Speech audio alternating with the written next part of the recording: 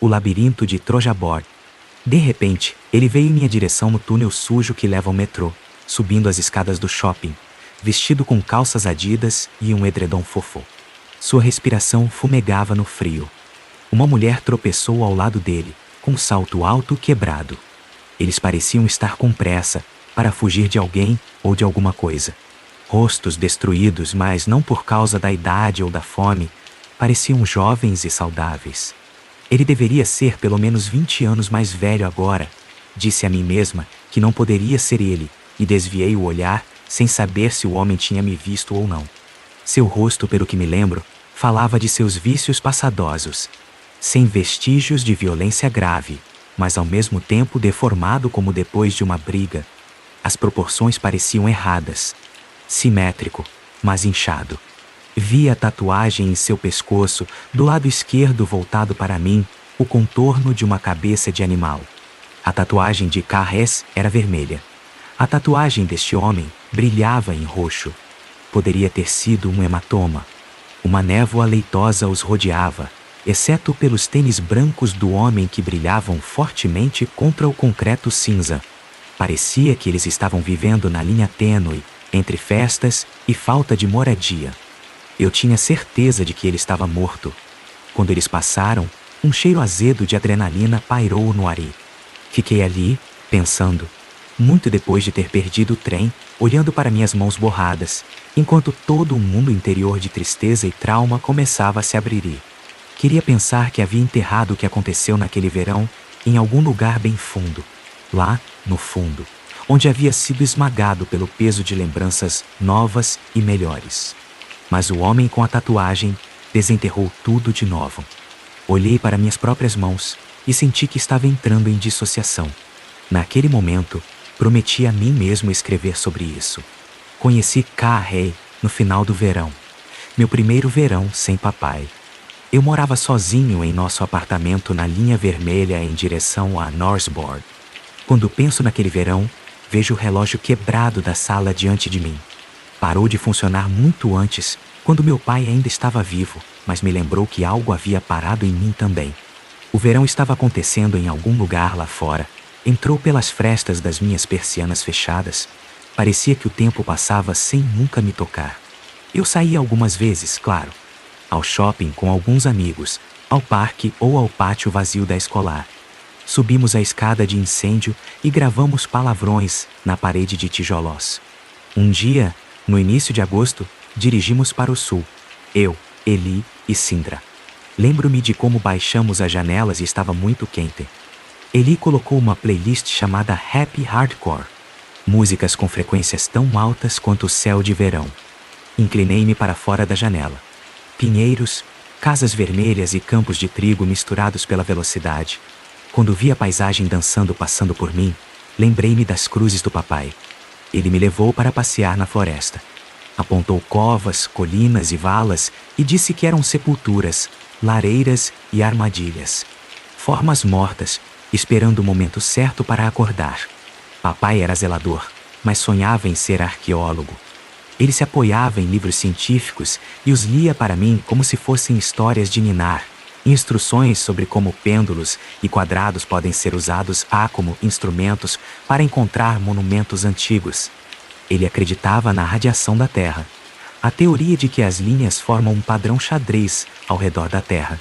As gerações passadas sabiam muitas coisas sobre esta radiação.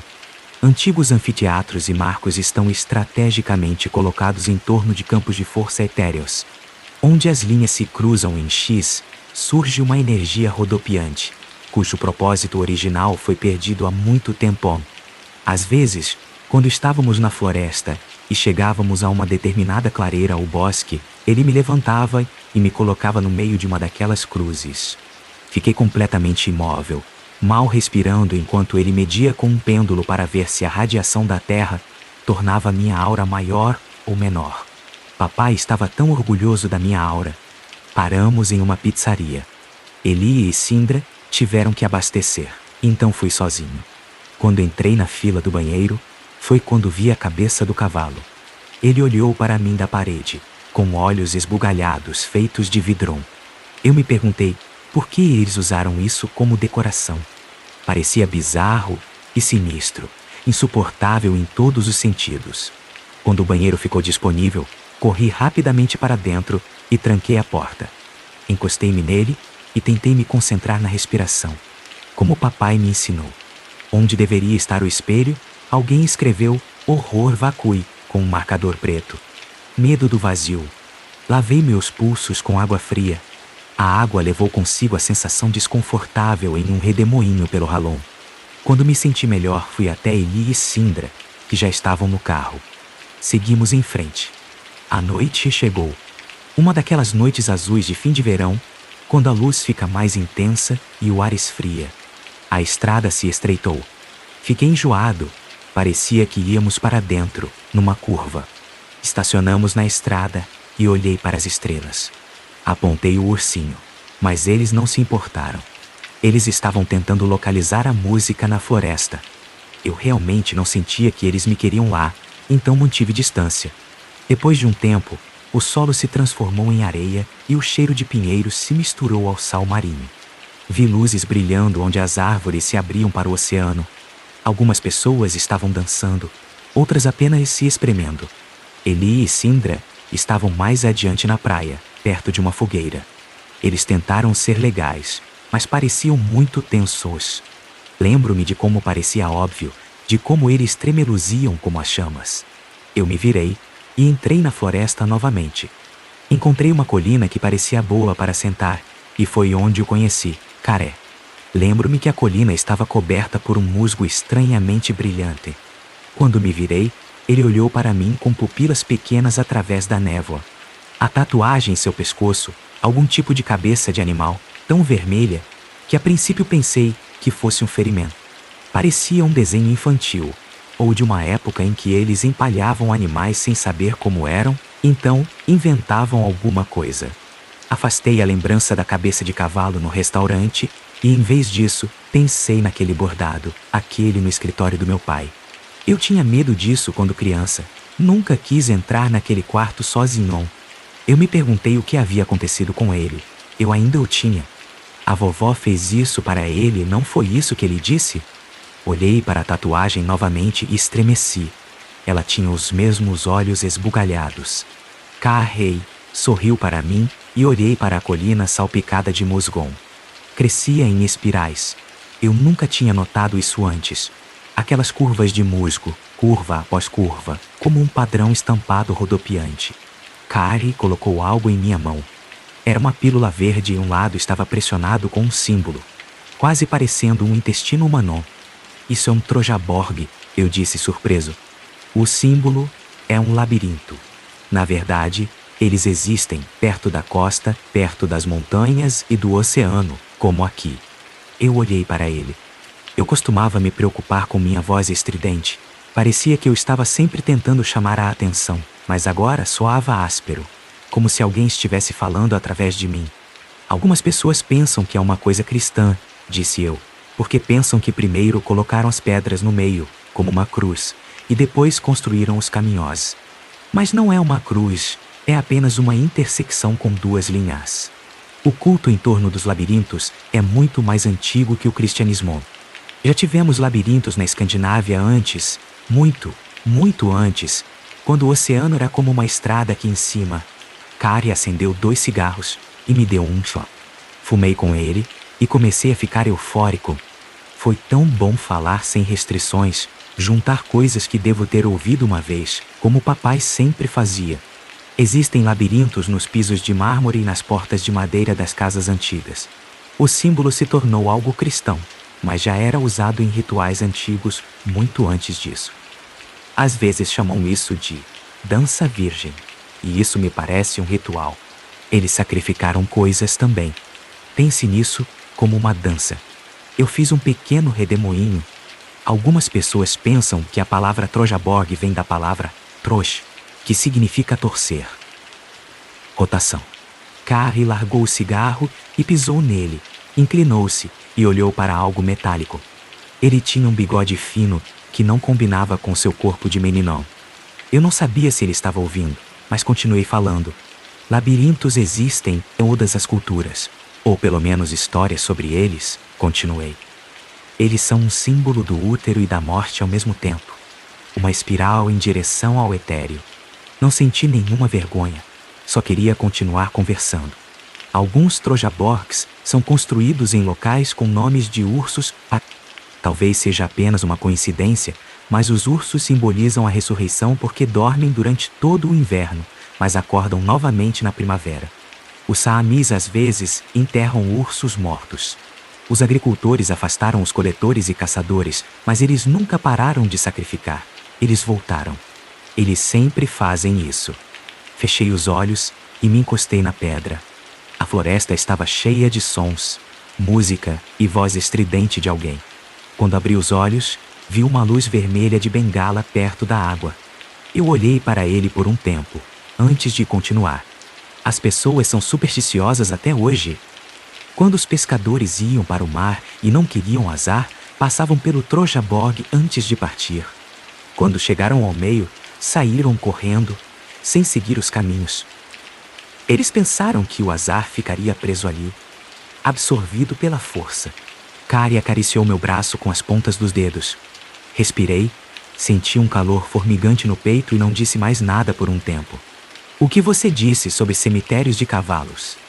Ele perguntou quando o sol estava começando a nascer, e eu vi que o que estava no chão eram pequenos pedaços de papel alumínio. Você quer dizer cemitérios de ursos? Ele assentiu. Eles são frequentemente encontrados perto dos Trojaborgs. Alguns pensam que foram construídos com pedras de ruínas antigas. Túmulos de pessoas que viviam perto da costa e caçavam focas e baleias. Aqueles que vieram aqui, primeiro, e caçaram ao luar. Olhei para as estrelas que estavam começando a desaparecer. O labirinto foi uma manifestação do culto ao sol e mais tarde do cristianismo. Uma forma definitiva de excluí-los. Mas eu não acho... O que você acha então? Ele sorriu. Eu não sabia o que dizer. Lembrei-me do que papai disse. Sobre certos lugares que geram escuridão. Lugares que fazem as coisas se movimentarem ao seu redor, vagarem em ciclos. Ele sempre me disse para tomar cuidado com os cruzamentos, as cruzes. Somos atraídos por eles, atraídos pelas forças invisíveis, mas temos que tomar cuidado. Se você fez sacrifícios no mesmo lugar por mais de 1000 anos, não acho que irá abandoná-lo em primeiro lugar. Demora muito? Tentei olhar Karrei nos olhos, mas ele estava ocupado pegando papel alumínio das pedras cobertas de musgo e colocando-o em um saco plástico. Não acredito em coincidências, disse eu. Talvez houvesse algo no solo que fizesse as pessoas procurarem esses lugares e procurá-los uma e outra vez.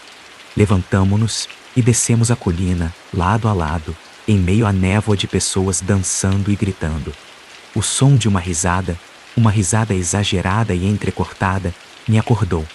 Eu estava deitado no banco de trás com a cabeça latejante no colo de Karrei. Ele tentou falar durante a música, quase gritando. Lembro-me de ouvi-lo dizer algo sobre como ele não conseguia mais ficar em pé. Porque era tão forte agora, tão forte. Eu não conseguia ver Eli ou Sindra. Os caras sentados no banco da frente eram completamente estranhos para mim. O cara que estava rindo interrompeu. Ha ha ha! Sua maldita aberração! Seu maldito hippie! O outro, o que dirigia, pediu coordenadas. Karrei respondeu. Esse lugar não tem preço.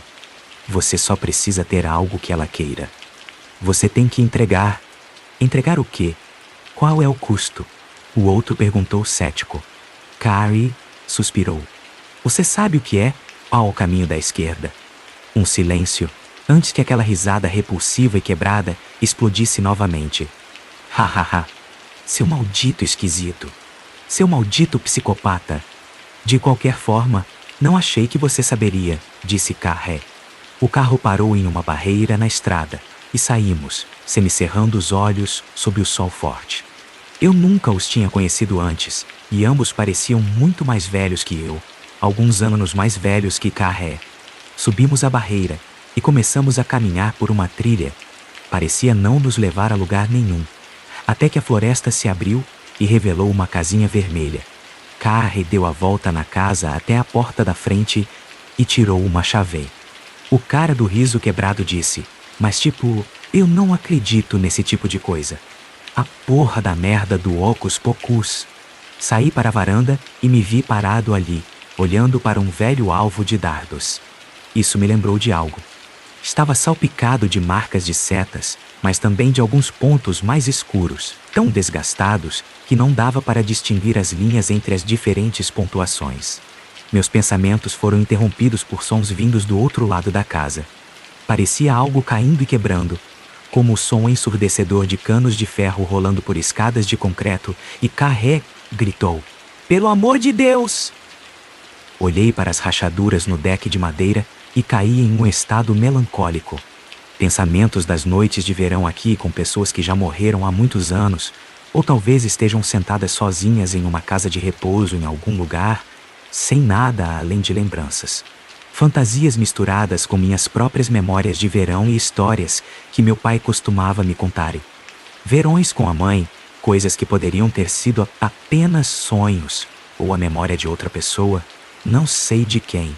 Uma cadeira com as pernas quebradas estava parada na frente da casa. Cutuquei-o com o pé, ele balançou um pouco e, num movimento lento e oscilante do tempo, lembrei-me. Eu tinha certeza absoluta. Eu já estive aqui antes. Carrie finalmente conseguiu abrir a porta. Ele sorriu para mim de dentro de casa, pela janela. Estava escuro lá dentro, mas eu podia ver pilhas de livros e pilhas de aparelhos eletrônicos, TVs e aparelhos de som, encostando-se nas paredes e explodindo das gavetas. Carr deu algo em uma sacola Coop para o cara risonho e eles se abraçaram de maneira quadrada. Eu os observei pela janela. Eu podia ver seus lábios se movendo, mas não tinha ideia do que diziam um ao outro. Eles olharam para mim com um grande sorriso, antes de desaparecerem da minha visão, e eu poder ouvir a porta da frente se abrindo, e eventualmente o carro partindo. Segui Carrey pela floresta, em direção ao mar. Tiramos os sapatos e corremos descalços pela areia. O mar era bastante grande, cercado por árvores compactas que refletiam na água negra e brilhante. Caminhamos em direção a um penhasco. Este era o oceano há 2000 anos, pensei comigo mesmo enquanto subia na grande pedra. Tiramos nossas camisas e nos deitamos, próximos um do outro. É muito estranho, eu disse depois de um tempo. Sinto como se já tivesse estado aqui antes, nesta falésia e dentro de casa também. Às vezes me sinto assim, como se devesse me lembrar de algo, mas simplesmente não consigo. A luz do sol estava me cegando. Eu semicerrei os olhos para ele. Fui criado de uma maneira que faz você ser diferente. Faça você diferente, ele imitou, mas eu o ignorei. Éramos só eu e meu pai. Não tínhamos mais nada. Ele nunca me contou nada sobre sua própria infância. Ele culpou sua memória ruim, mas eu nunca acreditei nele. Talvez você herde isso, o afastamento das coisas, a supressão. Recostei-me na pedra quente. Sempre me senti sem raízes. Eu também. Carrey murmurou. Como você encontrou este lugar? Você conhece pessoas aqui? Ou algo assim? Tentei parecer despreocupado. Não queria desenterrar algo obscuro nele. Eu emprestei de uma senhora idosa. Ela mora na floresta agora. O calor do sol irradiava para minha espinha, mas eu ainda tremia. Ele vasculhou sua mochila e tirou uma Coca-Cola. Bebi tão rápido que engasguei, mas não senti gosto de nada. Apenas um toque de ferrugem. Tem algo na floresta que eu acho que você gostaria de ver, ele sussurrou e acariciou meu cabelo. Enchemos sua mochila com cerveja e cigarros. Peguei emprestado um casaco de lã que cheirava a gasolina. Carrey tinha um casaco com manchas escuras por todo o peito. Quando ele se encostou na parede e enrolou um baseado, enquanto eu me ajoelhava à sua sombra para amarrar os sapatos, parecíamos um mau sinal, um presságio, dois superados na mesma escuridão. Lembro-me de sentir como se estivéssemos sendo direcionados para um ódio crescente. Carrey chutou pedras enquanto caminhávamos pela estrada. O sol ainda brilhava forte, colorindo as nuvens. Chegamos a um campo cercado por pequenas casas de madeira. Parecia abandonado e esquecido, mas como se algo estivesse acordado ali. Carr e eu éramos as únicas coisas visíveis nas janelas escuras. Perguntei a ele sobre a senhora de quem ele emprestou a casa. Quem era ela? Ele chutou uma pedra grande. Você realmente quer saber? Ele perguntou. Pensei nisso por um tempo. sem saber realmente por que queria saber, ou mesmo o que estava fazendo aqui, com um carré, para começo de conversa. Mas havia algo nele, algo na maneira como ele me distraía de todo o resto. Normalmente não passo por isso, murmurei. Geralmente me lembro. Mas quando você estava em casa e eu esperei por você na varanda, eu sabia que já tinha estado lá antes. Talvez eu me lembre mais se você me contar sobre ela? Claro, ele disse. Se você quiser se lembrar. Ela costumava abater os pequenos animais na varanda. Isso diz muito sobre ela, eu acho. Ela achou prático. Eu a ajudei a limpar depois. Espere, o que você quer dizer com abater os pequenos animais na varanda? O que isso significa? Tentei olhá-lo nos olhos, mas ele desviou o olhar. Ela massacraria os grandes à beira-mar. A maneira como ele disse isso fez com que parecesse neutro, como se ele não se importasse menos com os animais. Entramos novamente na floresta, em direção às montanhas. O musgo seco estalou sob nossos pés. Tornou-se mais macio em alguns lugares e o chão cedeu. Pedras, pinheiros e musgos repetiam-se numa paisagem sem marcós. Quando escorreguei e caí, fiquei deitado no chão por um tempo. A floresta estava quieta agora, e a única coisa que ouvi foi um leve estrondo vindo de longe. Talvez fosse a estrada que parecia tão solitária quanto o mar. Fechei os olhos. O cansaço me fez sentir suave. Quando tentei me levantar novamente, o mundo tremeluziu diante dos meus olhos e tive que me apoiar em uma árvore. Nas minhas lembranças, foi quando ouvi o grito. Parecia um animal ou qualquer criatura sofrendo uma morte dolorosa. Isso me fez perder completamente a percepção da realidade. Eu não conseguia respirar, como depois de levar um soco forte no estômago e ter que me sentar novamente. Quando tentei localizar de onde vinha o som, ele desapareceu. Levantei-me e senti o peso de algo duro e frio na minha mão. Uma pedra. Devo tê-lo apanhado do chão, mas não me lembrava de ter feito som. Abalado pela adrenalina, comecei a correr na direção em que vi Carré desaparecer. Alcancei-o. Ele parou e ficou de costas para mim. Você ouviu isso? Olhei para a floresta. Parecia um animal, continuei. Um animal grande, parecia doente, muito doente. Você ouviu, certo?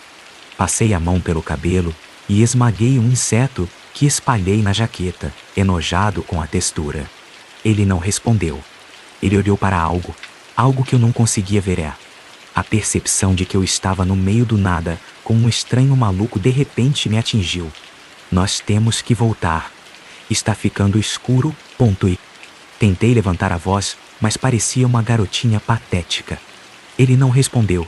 Em vez disso, ajoelhou-se, inclinando-se para frente, as mãos entrelaçadas atrás do pescoço, balançando para frente e para trás.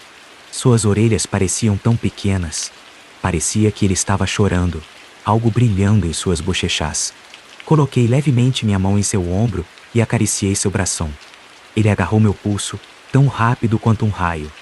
Gritei e tentei me libertar, mas tropecei e caí para trás. Isso o fez relaxar. Ele se inclinou sobre mim na floresta escura, como se estivesse prestes a dizer alguma coisa, mas nunca saberei o que foi. Bati na pedra com toda a força que pude e acertei sua têmpora. Um som surdo ecoou pela floresta. Ele tropeçou para trás com as mãos em volta da cabeça e eu me levantei e comecei a correr. Parecia fácil, embora eu estivesse correndo morro acima. Cada passo parecia irresistível, como se algo estivesse me puxando para frente. Sombras suaves surgiram das fendas nas rochas, árvores e pedras misturadas. Lembro-me de ter visto um pinheiro dobrado, com a copa crescendo em direção à terra, em vez de subir em direção ao céu. Uma árvore que cresce assim fala de algo tão errado, algo tão doente e distorcido. E não sei dizer por que continuei correndo naquela direção. Continuei correndo até o chão endurecer e a mata ficar mais ralã. Algumas bétulas claras circundavam uma clareira próxima a uma montanha íngreme. Era como entrar em uma sala, separada das rochas famintas e dos pinheiros escuros. O chão estava coberto de pequenas flores amarelas, quase brilhando no escuro. Comecei a recuperar a sensação nas pernas novamente. Respirei com dificuldade e meus olhos piscaram em todas as direções. A direção parecia crucial, mas ao mesmo tempo, parecia que a escolha não era minha. Havia algo mais, algo além. Comecei a subir, desesperado por nenhum dos dois, direto para o penhasco. Subi em pequenos saltos e dobrei raízes de árvores. Quanto mais subia, mais direcionado me sentia. Senti gosto de sangue na boca. No interior das minhas pálpebras pude ver Kei-Hei parado na clareira, pegando pedras e jogando-as em mim. Imaginei-o agarrando meu pé para tentar me puxar para baixo, me atacando como um animal. Foi só quando cheguei ao topo da montanha que me atrevi a me virar. O espaço brilhava de um azul profundo sobre as árvores. A clareira estava vazia, mas lá embaixo pensei poder ver as flores brilhantes como pequenos olhos amarelos, olhando para mim onde eu estava, balançando na beirada. Eu me virei. Um planalto montanhoso frio e nu se abriu diante de mim. Meu olhar foi imediatamente atraído para um círculo irregular mais à frente. Demorou um pouco para meus olhos se acostumarem e ele começou a tomar forma, redemoinho após redemoinho, enrolando-se como uma cobra. O Trojabor. Papai teria pensado que era magnífico, com pedras do tamanho de cabeças humanas na cruz no centro. No escuro, as proporções pareciam maiores e os caminhos mais limpos do que aqueles que ele me mostrou quando criança. Sombras caíram sobre a entrada. Apertei os olhos, parecia que algo estava ali. Uma onda de euforia sombria fez meus olhos lacrimejarem e minha boca se esticar em um grande sorriso. Eu mesmo o encontrei, tropecei nele no meio da floresta, ele me escolheu. Endireitei as costas e dei alguns passos em direção ao labirinto. Mas quando vi minha longa sombra, percebi o quão visível eu estava, sozinho no grande penhasco vazio. A pressa se transformou em medo e comecei a andar para trás, com muito cuidado. O lugar irradiava uma tensão estática. Só de estar ali parecia errado, como um ato de violência em cada passo que dava. Quando cheguei à beira do planalto, um cheiro forte e nauseabundo me fez congelar numa violenta lembrança corporal. Certo outono, estávamos na floresta, eu e papai, quando começou a cheirar exatamente assim, intestinos e morte. O cheiro de um animal dilacerado. Ouvimos cães latindo, congelei em estado de choque, e papai teve que me carregar de volta para o carro. Mas agora não havia cães, apenas o vento. Eu olhei para o Trojaborg. A sombra escura e disforme na entrada havia crescido, e agora parecia mais nítida. Eu lentamente me aproximei, puxando contra minha vontade. Vi o que era a poucos metros de distância, quando já era tarde demais para recuar. Era um cavalo, ou o que antes era um cavalo. Ainda irradiava calor corporal. Um olho esbugalhado olhou para o céu. Tonto com sentimentos de dissociação, fiquei ali parado, incapaz de desviar o olhar. Sua barriga estava rasgada. Intestino se espalhando contra meus tênis brancoso. A poucos metros de distância, entre as árvores, algo em forma de espiral com feições inacabadas de um nascituro em uma camada de muco e sangue. Senti meu desgosto se transformando em pânico, como quando uma fobia se torna psicótica e viola a realidade. Olhei para o penhasco. Se eu tentasse descer no escuro, provavelmente quebraria as pernas ou o pescoço. Pensei em seguir pelo planalto até a floresta do outro lado, mas sabia que não poderia ir mais longe na floresta. Algo, ou alguém lá fora, era capaz de abrir uma égua prenhem. Meus pensamentos foram interrompidos por um som melódico, como o eco de vozes distantes. Rastejei de costas contra uma pedra e imaginei um grupo de pessoas, ou alguém conversando sozinho, ou talvez chamando um cachorro. O som veio da floresta do outro lado do penhasco. Apertei-me contra a rocha e rastejei até uma caverna embaixo dela.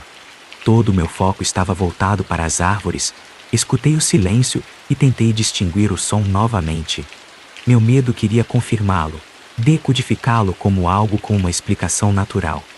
Mas toda vez que pensei que voltaria, era recebido pelo silêncio. A esperança de que poderiam ter sido vozes desapareceu lentamente.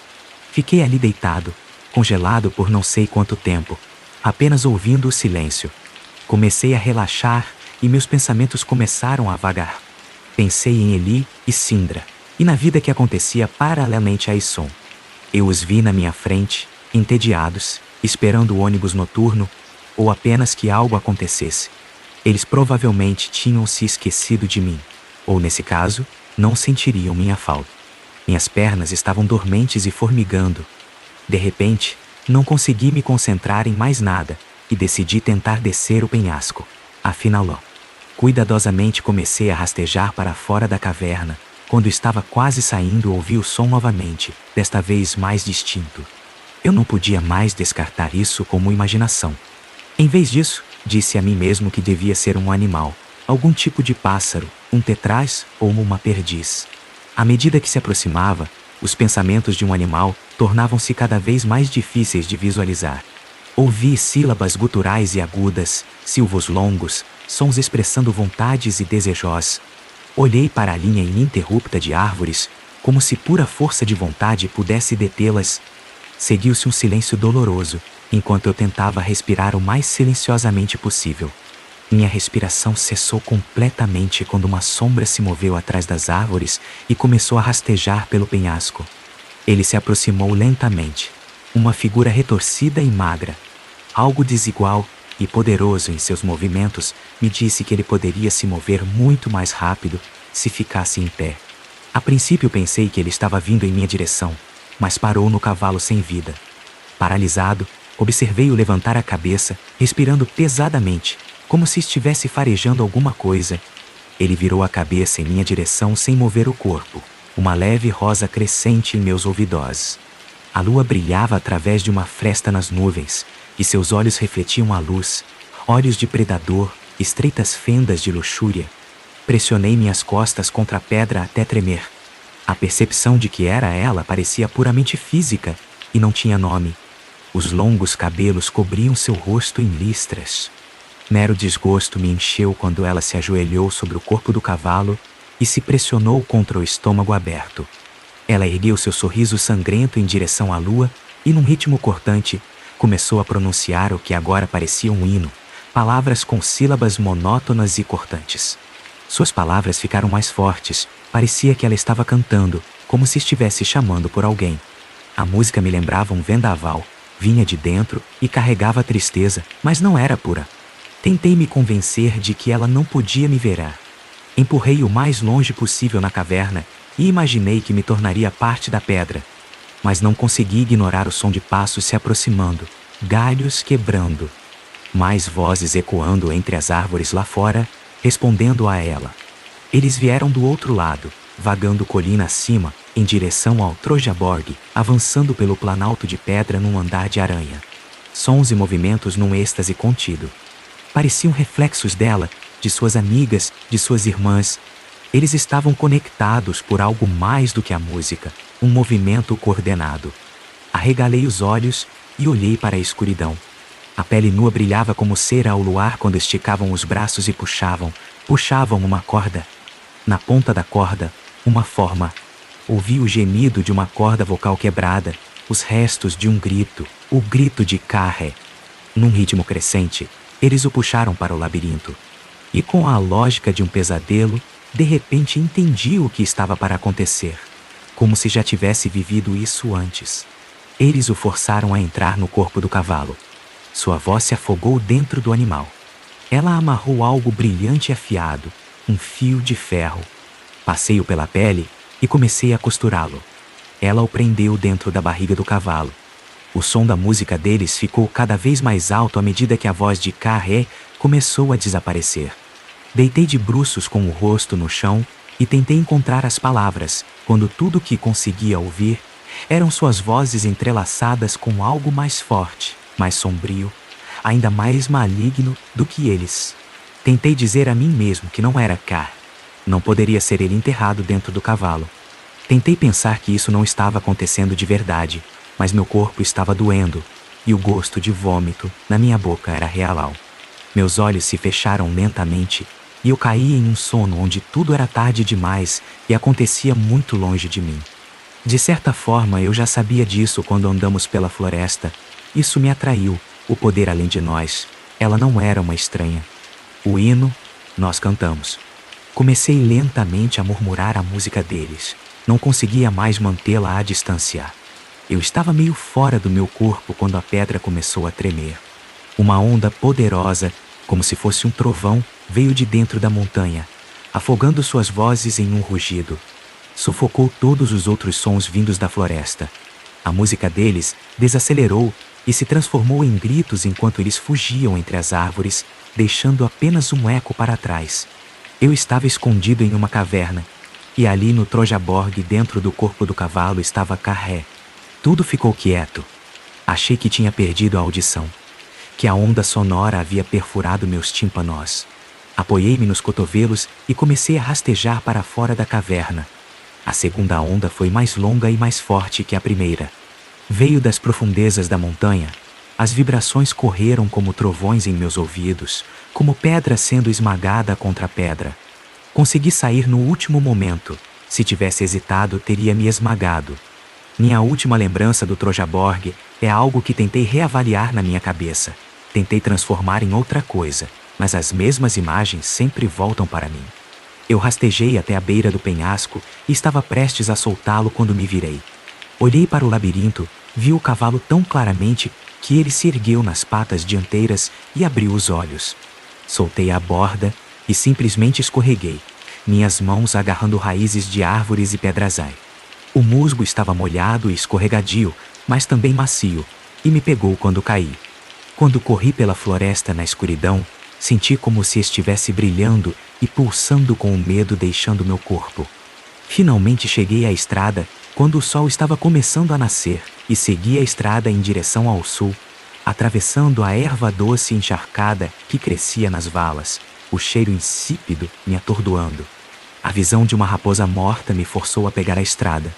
Eventualmente, um caminhão parou e me pegou. Não tenho outras lembranças de como cheguei em casa. Só sei que cheguei ao meu apartamento quando o sol estava começando a se pôr novamente. Quando a porta se fechou atrás de mim e eu a tranquei, uma calma tomou conta de mim. Pela primeira vez, em alguns dias, fiquei completamente sozinho, fora da vista de todos. Dentro do silêncio ouvi sons familiares, o zumbido da minha geladeira e alguém andando pelo apartamento acima de mim. As persianas estavam fechadas e a maioria das minhas coisas já estava embalada em caixas de mudança empilhadas na sala. Tive vontade de me abraçar. Fui ao banheiro e me ajoelhei no chuveiro. Sujeira e musgo escorreram de mim e escorreram pelo ralon. Fiquei ali sentado, muito depois de a água ter esfriado. Uma camisa no meu armário ainda cheirava a papai. Coloquei-o e deitei-me na cama. Olhei para o teto e observei o que restava dele. Procurei um padrão, mas tudo que vi foi a cabeça do animal, a tatuagem de Carré tremeluzindo na minha frente. Ele devia saber da força incrível do Trojaborg. Isso o deslumbrou. Ele já tinha visto o ritual antes. Ela lhe mostrou e o convidou. Ele tinha visto os mortos se levantarem do chão e queria usar a força de forma egoísta. Afastei os pensamentos dele e voltei minhas perguntas para dentro. Tentei seguir uma lembrança muito antiga, um verão num trem, a caminho com meu pai. No caminho para casa, foi assim que me lembrei. Mas casa onde? Casa para quem?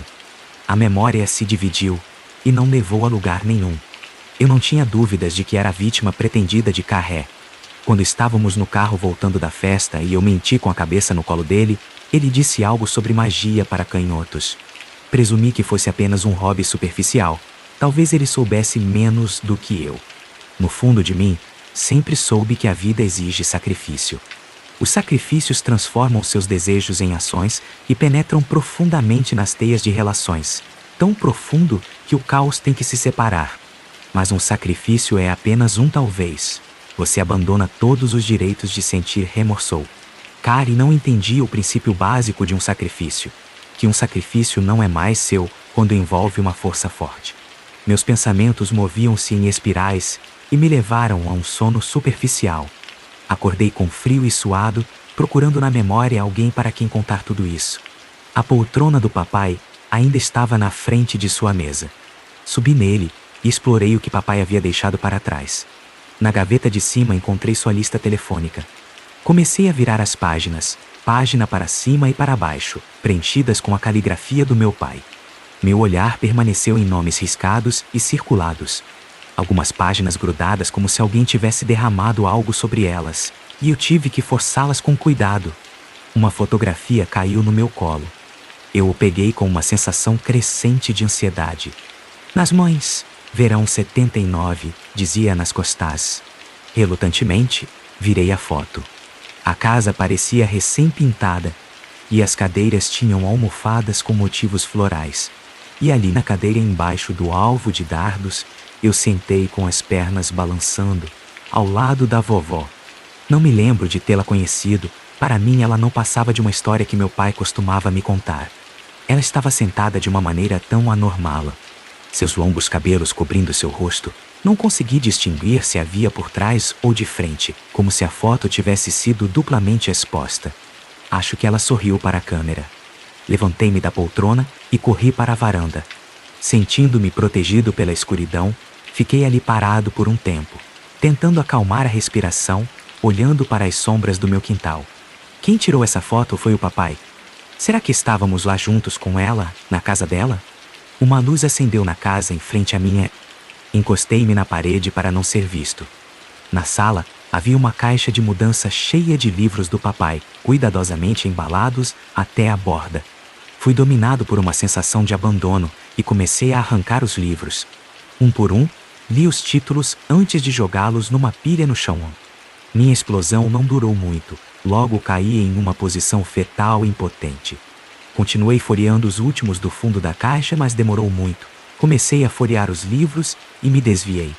Abri um livreto com o título A Deusa no Labirinto e folheei o texto. Principalmente coisas que eu já sabia, palavras que papai sublinhou com um lápis e nada sobre magia para canhotos.